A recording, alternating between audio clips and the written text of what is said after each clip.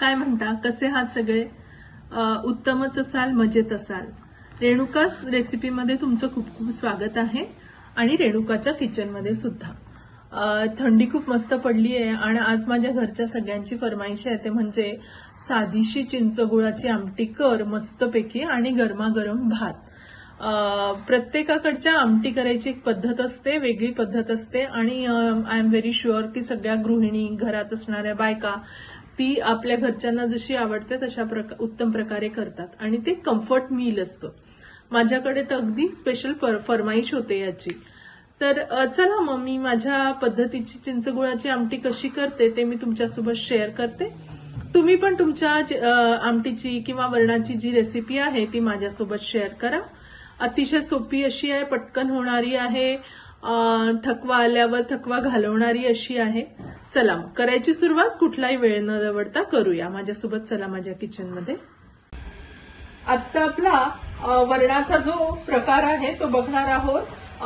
खूप फेवरेट असा प्रकार आहे आमच्या घरचा हा, तो म्हणजे चिंच गुळाची आमटी.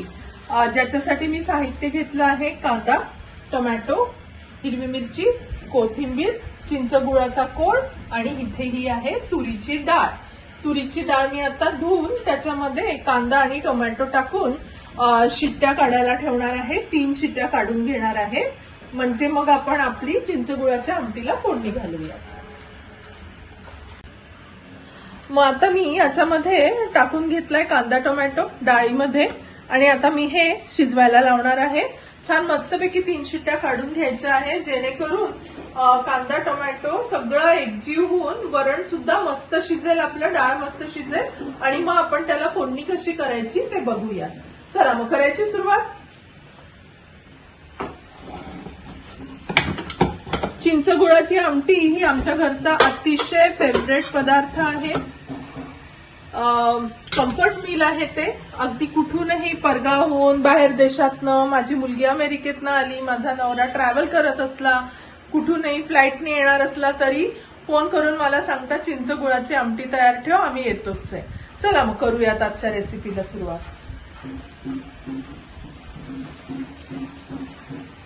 चला मग बघूयात आपण चिंचगुळाच्या आमटीसाठी जे वरण शिजायला लावलं होतं ते शिजलंय का. कुकर तर आता पूर्ण थंड झालेला आहे आणि झाकण पडलंय कुकरचं, बघू शकता. मस्तपैकी शिजला आहे. कांदा टोमॅटो पण छान शिजलाय त्यातला. आता आपण हे काढून घेऊया आणि त्याला छान घोटून घेऊया आणि मग फोडणी करूया. फोडणी करताना अतिशय सोपं सुटसुटीत साहित्य आहे, मी दाखवते तुम्हाला. चला मग आता खमंग अशी फोडणी करून घेऊया आपल्या चिंचगुळाच्या वरणाला. त्याच्यासाठी साहित्य अतिशय सोपं सुटसुटीत साहित्य आहे.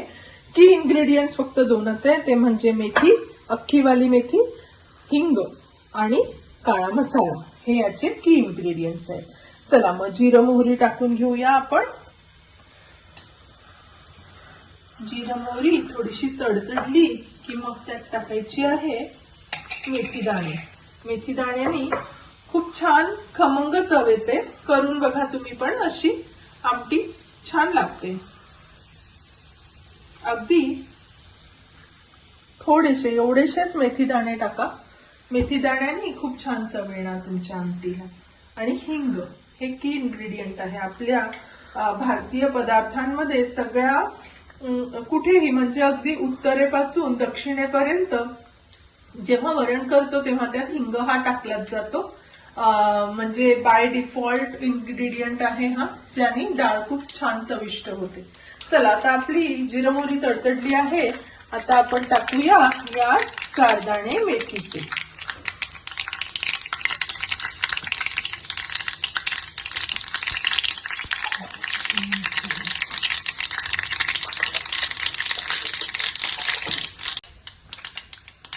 गॅस जरा स्लो करूयात आणि हिंग घालूयात त्यात.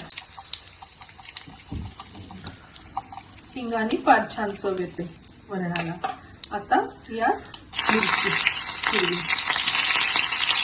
तुमच्या घरी जशी आवडते तशी मिरची टाका. माझ्या घरी मला जास्त आवडते त्यामुळे मी इथे 2 ते 3 मिरच्या टाकल्या हिरव्या. हिरवी मिरची झाली जराशी की त्यात हळद टाकूया.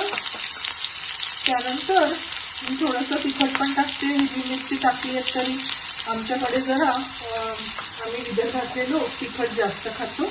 आता डाळ टाकताना जरा बी केअरफुल, कारण ती अंगावर उडू शकते.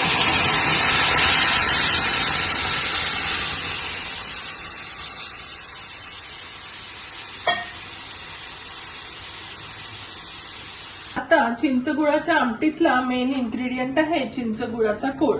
आमच्याकडे चिंचगुळाचा कोळ हा नेहमीच तयार असतो. आम्ही पटकन आमटी करायची असली की तो कोळ काढतो फ्रीजमधनं आणि वरणात टाकतो किंवा आमटीत टाकतो. आणि अजून दुसरा महत्वाचा इन्ग्रेडियंट म्हणजे काळा मसाला. काळा मसाल्याशिवाय चिंचगुळाच्या आमटीला फारशी चव येत नाही. आता चिंचगुळ टाकून झालेला आहे, काळा मसाला टाकून झाला आहे. आता महत्वाचा आणि सगळ्यांकडे टाकण्यात येतो तो म्हणजे मीठ. मीठ टाकलं, आपल्या चवीप्रमाणे टाकायचं मीठ आपल्याला आणि छानपैकी ढवळून घ्यायचंय. बघू शकता मस्तपैकी उकळ आली आहे. आमटीचा रंग पण बघा किती खमंग असा छान आला आहे.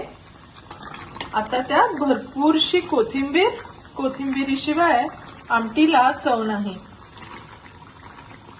आणि मग आपली आमटी रेडी टू सर्व. चला मग करूया सर्व. रेडी आहात सगळे?